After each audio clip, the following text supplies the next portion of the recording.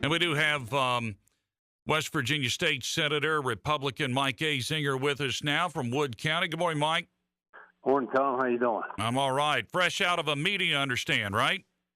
Yeah, I am. And in all candor, I've left my phone in my truck. Had to run out there and get it. But anyway, had a good meeting this morning, and I'm glad to be on with you. Oh, thanks so much for coming on. As I was telling you before we went on, I had a gentleman by the name of Scott Corso on the other day because he's a massage therapist in our area, a small business owner, has a few locations, and he's been concerned about Senate Bill 196, and I don't know that he understood everything about the bill, but he was just actively campaigning against what he thought was going to be the abolishment of the Massage Therapy Board, and would require would remove the requirement for licensing needed to be a massage therapist. And in his words, he said, "Well, Tom, you could go out on Route 60 somewhere and open up a shop and claim that you're a massage therapist." And while I really don't want to touch anybody's back, I do massage people's brains. But I don't know what he's talking about on that. So I wanted to go to you and the Senate and just see what this SB 196 is. All right. Well, you know how things are whenever there's a bill out, a new bill going out. There's always a lot of misinformation. So I don't think he was misinforming anybody. He was probably just got some bad information. So I talked to the sponsor of the bill, and he just basically said, look, under the registration scheme as it is, it'd be illegal to just set up your own shop and hang a sign. You still have to get a business license like any other business, and it's like not having a driver's license. You can't do that. So there's still that accountability there, and so there's no worries in that context. Okay. What is the reason for does this bill absolutely abolish the Massage Therapy Board, and if so, what's the reason for that? Well, the way I understand it, it does. I mean, there's some talk that perhaps the board could be combined with other boards. Obviously, what we're wanting to do is reduce costs and reduce regulations, and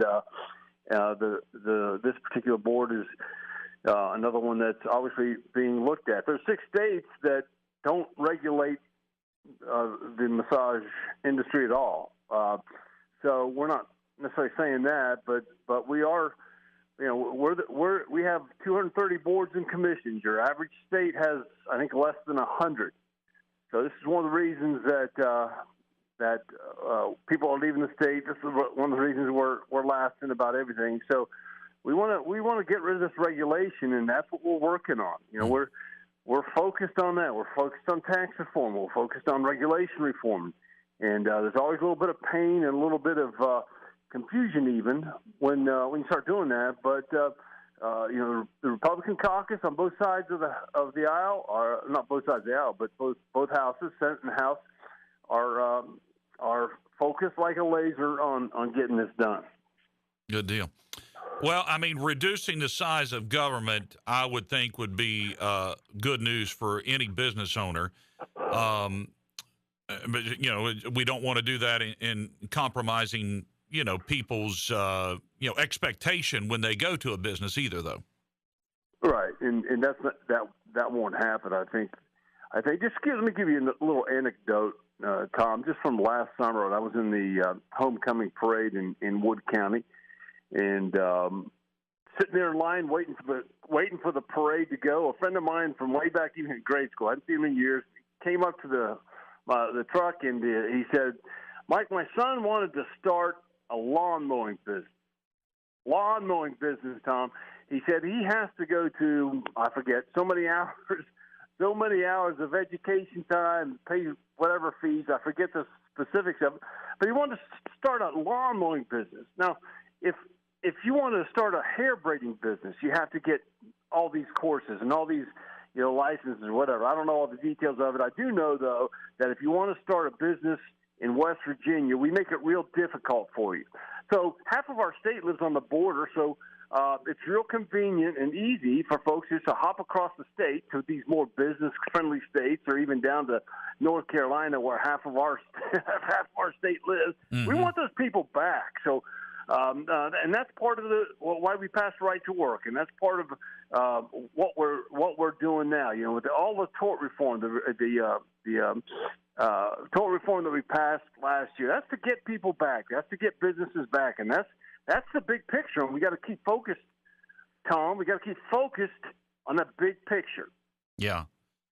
We're talking with Mike Azinger, a Republican senator from Wood County, who was in the House last year. You know, one of the things that, and you and I have talked about this before, and I talked to Jim Butler, I've talked to Delegate Folk about this, the efforts to repeal Common Core. You know, that's passed in the House the last 2 years, and then it dies in the Senate. I've already seen where about 23 House members have signed on to sponsor a Common Core repeal.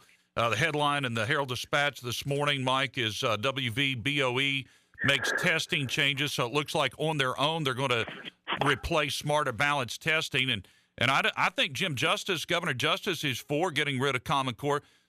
What's this going to be like in the Senate this time? Well, I don't know. I don't know where the chairman of the Education Committee is on that, but I know that there's several of us at least that would be support getting rid of Common Core wholeheartedly. I hope what you say about the governor is true. I mean, he was for a bunch of tax cuts up until the state address too, wasn't he? Mm-hmm. So I hope that's true. Common Core is. The guys over there in the House are taking the lead on that, and I'm really glad that they are, because education has to go back to its roots, and really we really. I've said this on your radio show before, but what we need to start teaching in schools again is the Ten Commandments, and teach our Christian heritage and our Christian history, and that man was created by God, and that.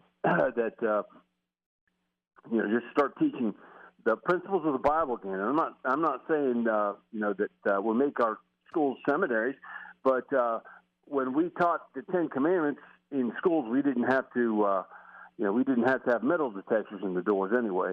Mm-hmm. So anyway, Common Core obviously needs to go, but we need to go further than that, and that is to get the teaching of the Bible back in schools, the teaching of the Ten Commandments back in schools, acknowledging God in prayer at the beginning of each day. Look, our country, Tom, we're seeing chaos, not just on the periphery anymore. We're seeing pockets of chaos all over the country.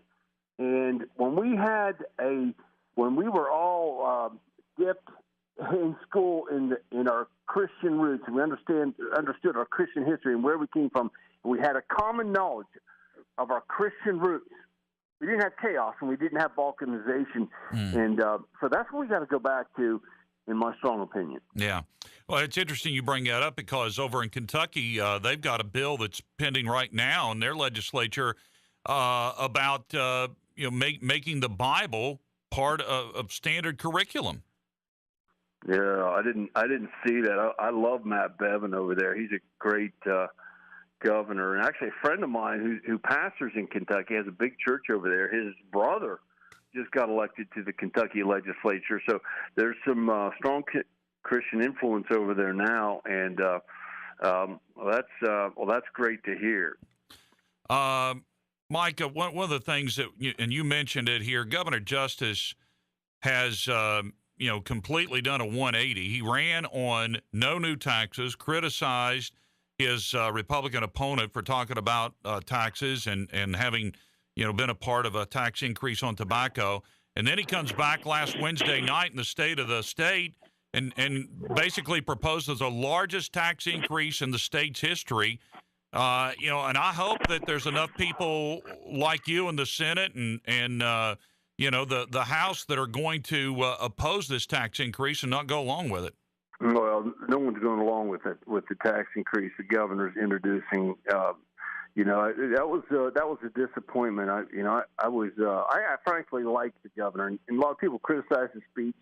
The content was awful, but the core part of it, I thought was quintessentially West Virginian, and I wasn't offended by it at all. I was at a front row seat, and I kind of like the governor. I like he's Trump-esque in terms of how he connects with the average American and the average West Virginian. Mm-hmm. But coming in there after campaigning and promising all these tax cuts, and I was reading an article this morning on just prior to the speech, all these cuts that were going to be made, $400-500 million, and that's where we need to be.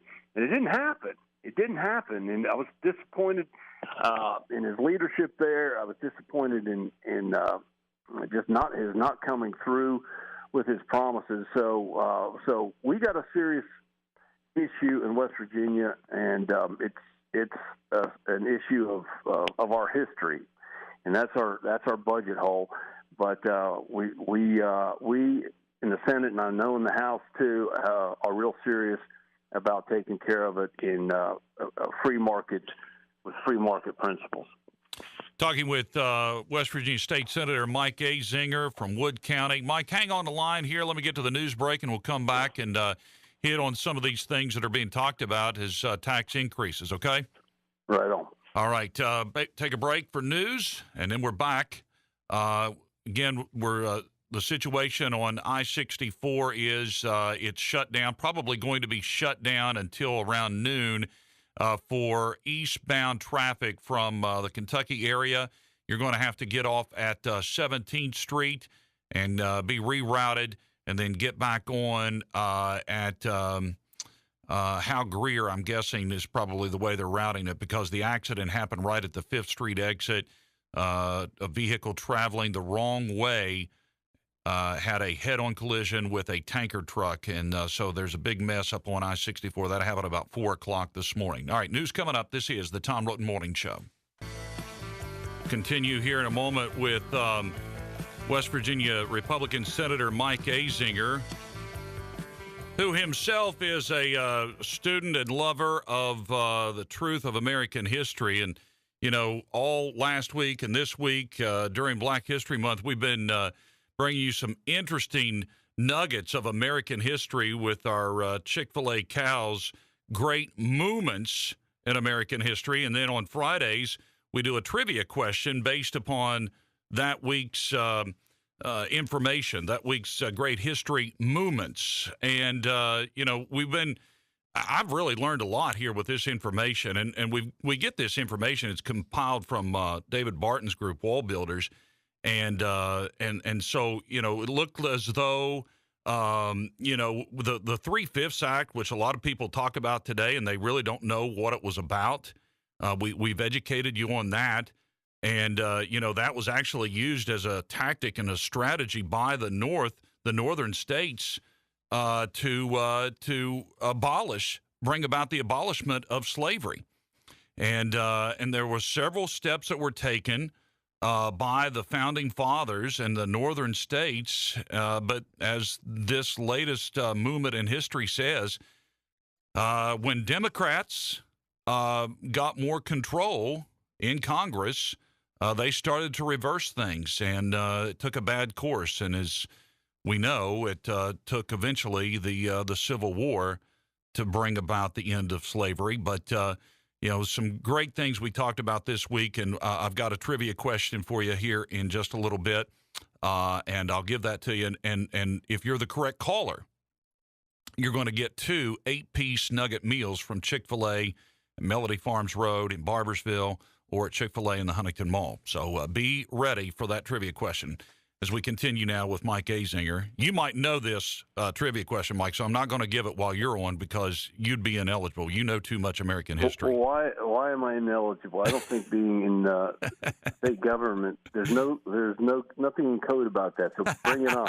But I do want to say something, Tom, about what you just pointed out, because Americans don't know this, but that thing you said about 3/5, the left always says, well, that was something the founding fathers did to make blacks look like they were just partially human, and it wasn't. Just like you said, it was a way for the North, a tactic the North used to keep the South from having as much power. in terms of how they counted people, and it was a way to get power away from the South that was obviously pro-slavery. So that wasn't a pro-slavery thing. That was an anti-slavery thing. The Founding Fathers, almost in toto, were against slavery, wanted to abolish slavery. When Washington died, he had all his slaves in his will set free, and so that it was like that across the board. So our Founding Fathers weren't racist. That's exactly right. It just really been some good nuggets I've been learning about here, and so been sharing that with the audience. Tom, I'm so glad you're doing that because nobody does that. And when I talk about you behind your back, I always say Tom Roten's the bravest guy on radio. So I appreciate what you do with that. Well, really, we got the ChickfilA cows to thank because the folks up at ChickfilA, that's just a great business. Larry and Shane up there at ChickfilA, they're the ones that came up with this, and I'm just the voice for it. So I love it. I love it. I love the chicken too. Let me and please do not tax my chicken. You guys are already looking at. I'm seeing a report here, WSAZ, that there's a report that the legislature may be wanting to raise taxes on soda pop and sugary drinks. Look, leave my sweet tea alone, Mike. Well, I have a bill sitting in front of me that I'm introducing that's taxing sweet tea and chicken. That's the only two things in the whole bill is sweet tea. So I'm sorry, this is kind of an awkward moment here, but no, listen, obviously nobody wants to tax sweet. These are just ideas that the Republican majority finds anathema, and I think that our leadership, even on both sides of the Capitol, House and Senate, we're focused on just major tax reform and major regulation reform, and we're going to do some big things this session. I really am confident of that. So I think you're going to be real excited to hear some things that'll be coming out. Well, I hope so, because I'm not excited about a $1 increase on the West Virginia Turnpike toll booths. And in fact, we like toll booths so much, Jim Justice is wanting to put them up all over the state. Yeah, that's great. I was listening to one of your podcasts where you mentioned having to take the toll roads up and back. Is that something you have to do regularly, or? No, to tell you the truth, I almost never have to. But because my boys are playing basketball for Mountain State Christian, and they've played at Pipestem and at Ballard. I don't know if you've ever been to Ballard, Mike, but you actually have to go through Virginia and then come back through Peterstown to get to Ballard. I'd never heard of Ballard before, but anyway, I've had to take the Turnpike a couple of times, and so that runs into a lot of money, just to run down on in one evening down and back. That's costing the Roten family a lot of money. Yeah, and let's go ahead and multiply that all over the state. Put a toll booth on every corner and discourage everybody from coming into West Virginia. I went to New Jersey a couple of years ago, took my family over there, and there is a toll booth on every corner in New Jersey. I swore I would never go back. I mean, it's awful. So when I went on a local TV station a couple of weeks ago when this was first rumblings about the toll booths being spread out over the state and bringing it up into Wood County, and I made that point. Why are we going to give people one more reason not to come into West Virginia? If we want to pay for our highways, in toto by toll booths and not paying by taxes, that might be something that's free market, reasonable. The people that use that road pay for that road, and the roads that don't get used, don't get the money. But in terms of adding toll booths on after all the taxes that we have in West Virginia, I mean, this just isn't the way to go. No, I'm concerned about that. But here's the thing. We do want, West Virginians do want our bridges fixed.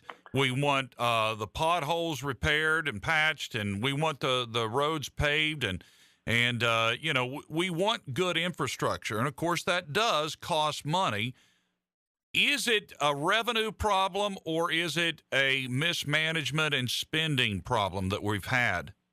Well, obviously, we have our tax base is contingent on how well the our coal industry is doing. So it goes up and down, and so one thing we're going to do is work on getting away from that roller coaster of being tied to the coal or the energy markets, and have something that's more predictable. So right now we do have a revenue problem because of coal and coal excise tax way down. But let me just say one more thing, and we do need to cut government. We got Jim Justice said this in his speech, Tom. He said we have one half of the students that we had, I think he said, 30 years ago, and 10 times the bureaucracy. Half our budget goes to education. Another fourth goes to DHHR, and then the other fourth, to higher education and so on. But part of the problem is 3/4 of the budget is inaccessible unless we change statutes. So I think we're going to do that too. We need to pass 15 or 16 bills to get to this other part of the budget. We need to cut. We need to cut, and there's no time like now to do it because a drunk doesn't start recovery till he hits rock bottom. We're all like that. I'm like that. When I have diabetes, when I start seeing problems with my diabetes, that's when I get motivated, right? So we need to get motivated to cut government, and no time like now. Let me just say something real quick. I ran into Woody Ireland, who was a delegate, and he was retired last year, but he was chairman of Energy in the last session. But there is some hope in these next couple of years in terms of excise tax. This Columbia gas line will be just got approved by FERC, or is just about to. And then there's another, I can't think of the other gas line, maybe but it's up in the northern part of the state and covers other states up there. And I think it's been approved by FERC, but you're talking about 1.3 billion cubic feet of gas a day. The other one's like 3.1 billion cubic feet of gas a day. Thomas, it's enough to light for a year a city of like 25,000 people.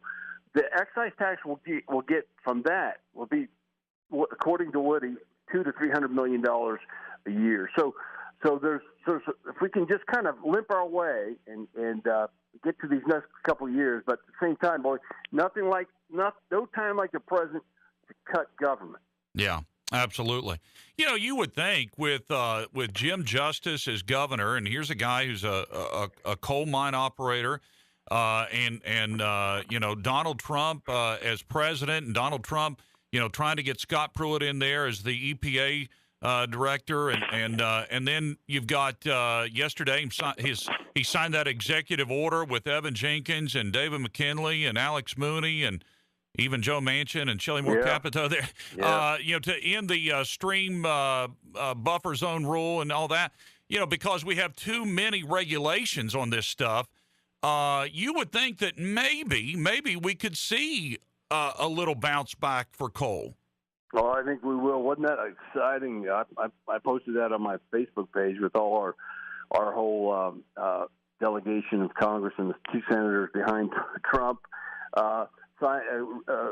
Reversing that. Was that a rule or an executive order? I don't know which, but whatever it was, it was he reversed that awful rule that did what you said. Just it's just a burden that our former president Obama just in spite put on the coal states.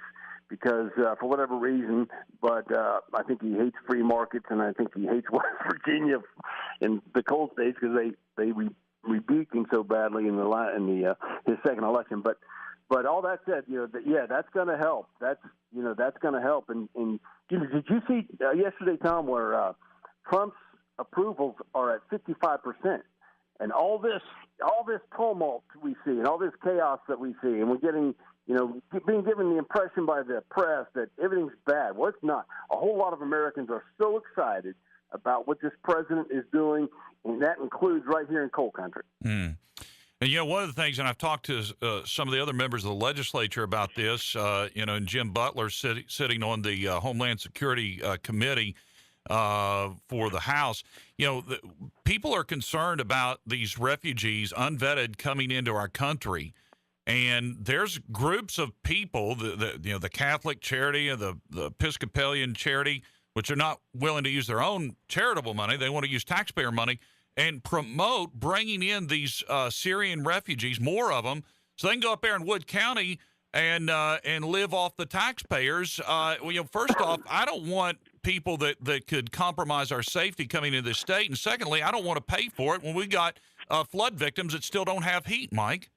I know. I met with those folks you're talking about, and the lady was leading that is very well read, very well informed, and just real sharp. And I sat in on a committee meeting because I wanted to hear them, but I had to leave. They were kind of got behind on Jim Butler hadn't gotten up yet, so I had to slip out. But right, I was in the mall in Parkersburg, and just walking down during Christmas, walking down the middle of the mall, and a lady in a full burqa, the little eyes peeping out, and that's all you could see, was walking down the mall. Now, this is a free country. We have religious freedom. But when you allow a large group of people that have a philosophy of government that is antithetical to the Constitution, called Sharia law. Sharia law and a Republican form of government are antithetical. They're oil and water. They don't mix. And if Muslim folks want to come to America and say, "I love America. I'll raise the flag. I love the Constitution. We want to assimilate and